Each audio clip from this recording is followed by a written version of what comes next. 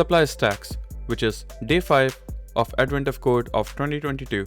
Hey everyone, this is KeyStrokes.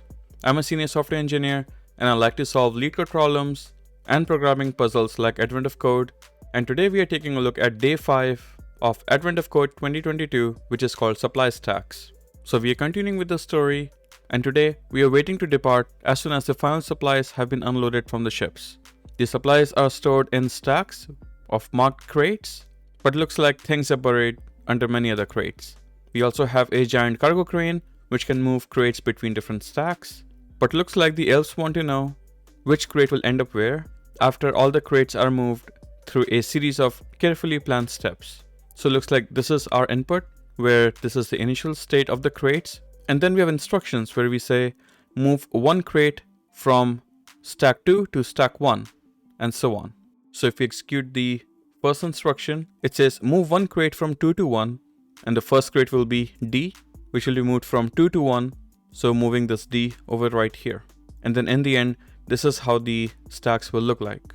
The next instruction is moving 3 crates from 1 to 3. Now this time, because we are moving more than 1 crates, we need to understand how will we move the crates. Do all the crates get moved at once, or do they get moved one by one? And based on the instruction here, it's one by one.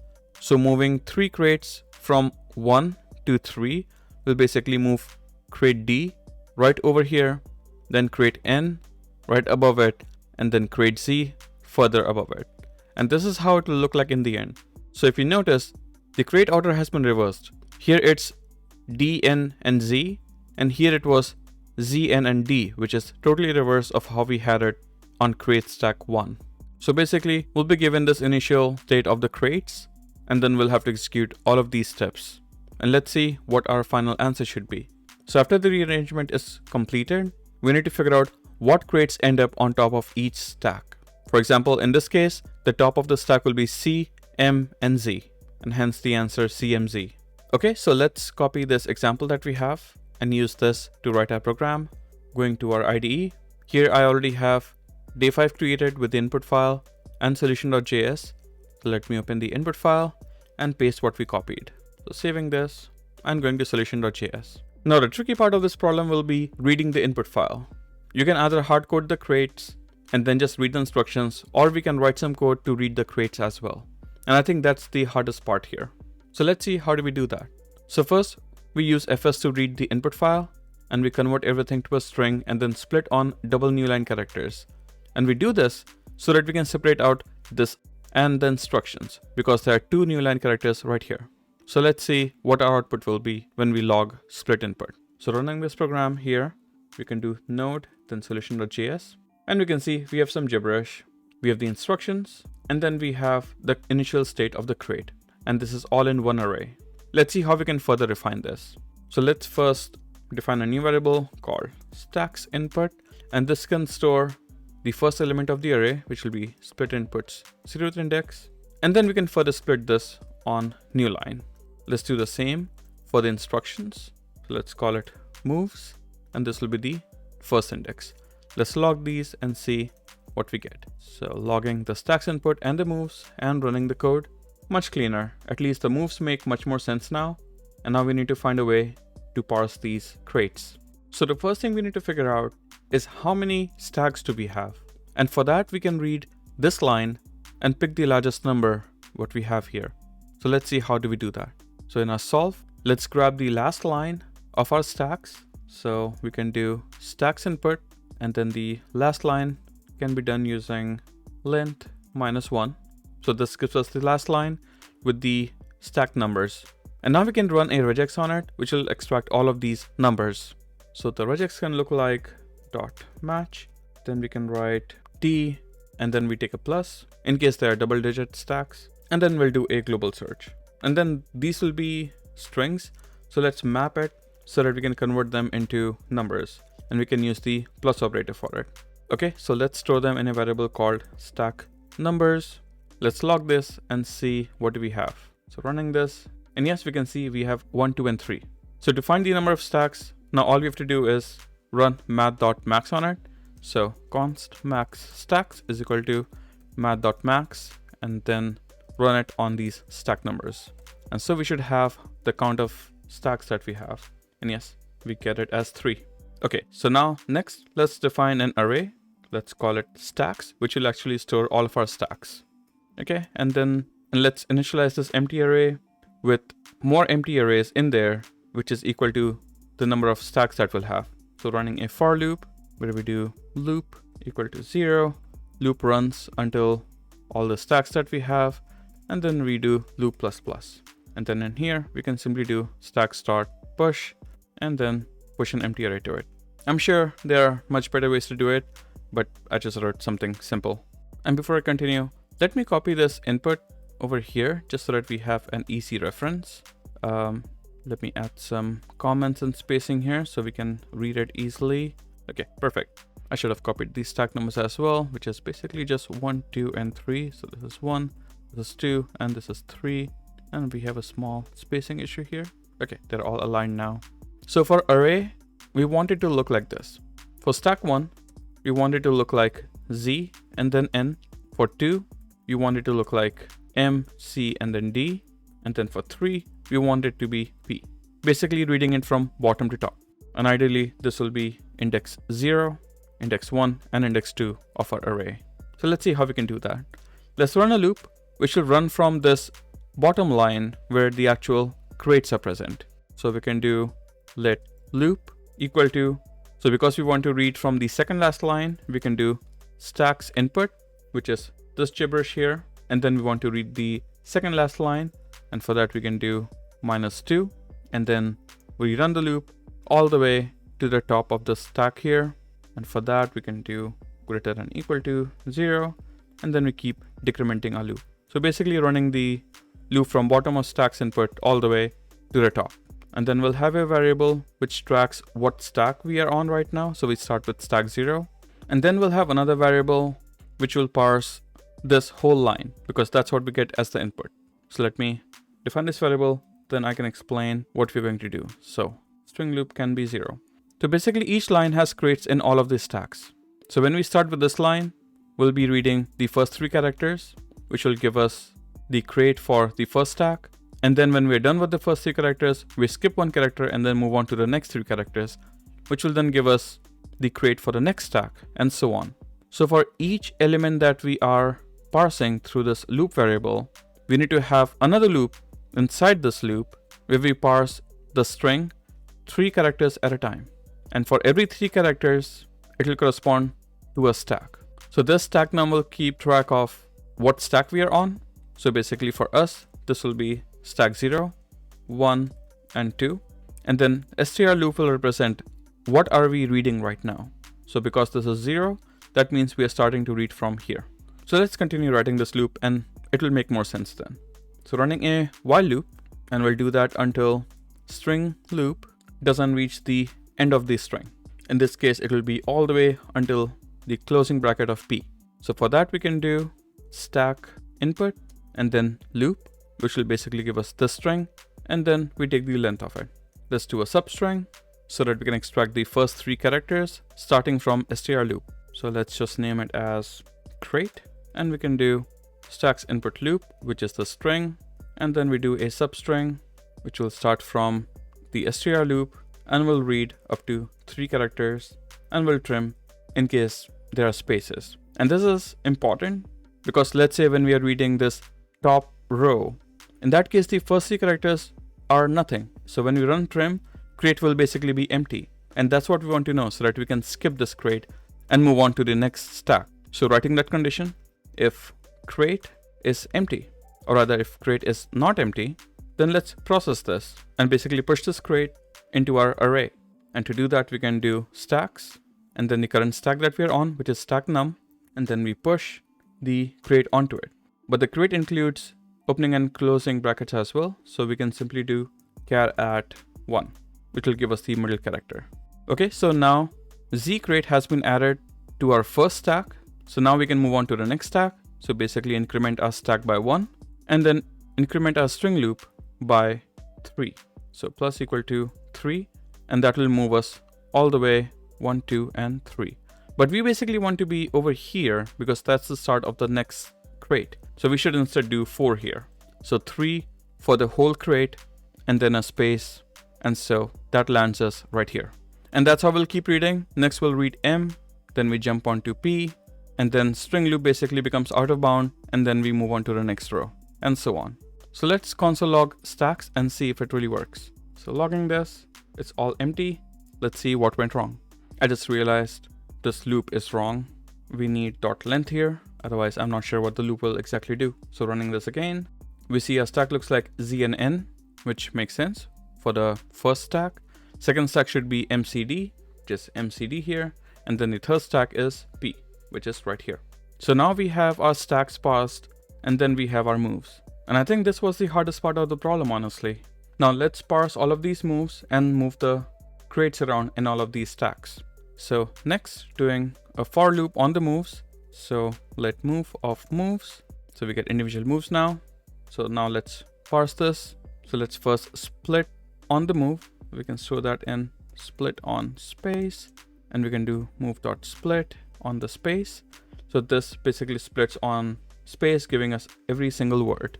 Now the count of crates will be the first index, which is right here. So 0th index and then the first index. So this will be split on space, the first index, and we'll use a plus operator to convert it to a number. Similarly, we need two more things, which is source and a destination. Now source is specified here, which is 0, 1, 2, the third index. So this will be 3, and then continuing, it is 4 and then 5 right here. So 5. Now our stacks in the array is 0 based, whereas the input was 1 based. So we need to subtract 1 for all of these stack numbers for the source and the destination. Now let's gather all the crates that we have to move. So running a for loop, for let loop equal to 0, loop smaller than count, and then loop plus plus. And let's store that in an array. Let's say crates to move, which will be an empty array. And to this, we'll start pushing the crates that we are moving. So push, and then let's pick our crate. So our crates have been stored in stacks. So picking the right stack first, which will be the source. And we can basically do pop, which will pop the top of the stack. In this case, let's say if you're moving from 2, it will pick D, because stack 2 is represented by this, and then pop picks the last element of the array, which is D. Let's say if this was move 2 crates from 2 to 1, in that case it will pick D first and then C. So it will append D to the array and then C to the array. And then the next thing we need to do is move all of these crates onto our destination. So picking our destination stack first, which is stacks and then destination. And then all we have to do is push all the crates that we have collected right here. And we can do it using the spread operator. And that should be all. Now let's run this program to see how the output looks like for this stacks. So running this, we see the final result is C, M, and then P, D, and Z. And the top view will be C, M, and Z. So let's gather that for our result. We can define another variable called top crate view, or rather top stacks view, and make it an empty string. And let's run a loop on all of the stacks that we have. So stack of stacks, and we'll access the last element and we'll append it to the top stacks view. So top stacks view plus equal to, and then picking the last element of the stack, it will be length minus 1. And yeah, let's print top stack view and see if this gives us the right answer. Let's run this, and we have CMZ. And going back to the example output that we have here, it was CMZ indeed. So now let's copy the actual puzzle input and run it. So copying all of this, going back to IDE and putting this in our input file, placing this here. And many times I've noticed that the IDE reformats this block of code. So I just wanted to make sure the extra spaces haven't been taken away. So saving this and running our code, we get this as the output. Let's submit this to Advent of Code and see if it works. So submitting this here, and yes, that was the right answer. So let's go to part 2 now. So in part 2, we realized that the predictions that we made in the previous part, they weren't working out. And we quickly realized that our assumptions was that the crane operator was using crate mover 9000, but it's actually crate mover 9001. And it's notable for many new and exciting features, and the one disrupting our predictions is the ability to pick up and move multiple crates at once. All this time we were moving one crate at a time. That's what we assumed the crate mover did. but looks like it can pick up multiple stacks at once. So looking at the example again, this was the initial configuration of the stacks. Moving a single crate from stack 2 to 1 is the same because it's just one crate that we are moving. So it basically moves D over here, resulting in this state. But now for the action of moving 3 crates from 1 to 3, looks like it picks up all of these 3 crates together and just dumps it on top of P, maintaining the right order. So we have Z and D here, and after moving, it still maintains its order, which is Z, N, and D. Whereas previously, this order was reversed because we moved one crate at a time. So now it looks like we need to follow the same moves, but we have to work with the new assumption that multiple crates, when they move, their order isn't changed. So let's see how we can do that. First, resetting our input back to what we had before and going to solution.js. So this should be fairly easy. We made this array where we had the crates that we had to move, and then we would push the elements of this array into our new destination. So let's see what this looked like. So I'll do a console log of how the stacks look like before moving, and then we'll do a console log of what we are moving and fixing this to console log. And then we'll print our stacks again. And let's add another console log just so that we can separate out the different moves. So running this now, we see this is how our stack looked like initially. Then we had to move one crate from 2 to 1, and it moves crate D. We don't see crate D here because we pop here. So let me move this first log statement before we start gathering our crates. So running this again, now it makes sense. So opening the input here. So moving one crate from 2 to 1. So this is our second stack, and taking the top. So this becomes D, and we move it to stack 1, and hence it gets appended right here. Now for the next move, we need to move 3 crates from 1 to stack 3. So looking at the 3 crates on stack 1, we see it was Z, N, and D. But the way we gathered it in our crates to move, it became D, N, and Z, which is reversed. So before pushing this into our destination, maybe we can reverse it again to preserve the order. And then when it gets pushed to the destination, the order is still preserved. Let's see if that works. So here we can simply do dot reverse, and hopefully that will work. Removing the rest of the console statements and running the program now, we see the output is M, C, and D, going to adventive code. And yes, it matches what the example output is here. So copying the puzzle input again and going to our IDE and putting this in the input. And let's run this, and we get the output as the string here, and let's submit it to adventive code. And looks like that's not the right answer. We messed up something. So let's take a look at our input again, and let's make sure the IDE didn't tamper with it. So looking at the input, the first line has a bunch of empty crates, which I don't see here, which could be the issue. So let me fix that. And yes, now we have our spaces preserved. And that's something which I faced with this IDE, but hey, it's fixed now. Let's run this program again, and our output is indeed different. Let's try to submit this again to adventive code and see if it works. So submitting this again, and yes, that was the right answer. Our IDE was just playing around with us, but we are one gold star closer to collecting enough starfruit. And before we wrap this up, let's make sure this works for both the parts. I usually like to pass an information to our function which tells what part we are solving for. So we can do part 1 here, and we can do part 2 here, and then we can take this as an input. And this could be as easy as if part is part 1, then we do something. Otherwise, we do something else. In this case, something else will be reversing, whereas for part 1, we just won't reverse it. So let's run this again, and let's make sure this matches what we had before. So going back to our problem statement, and yes, this matches the first part, and then we have second part here. Let's make sure this matches the second part answer as well. So that concludes day 5 of adventive code, which was called supply stacks.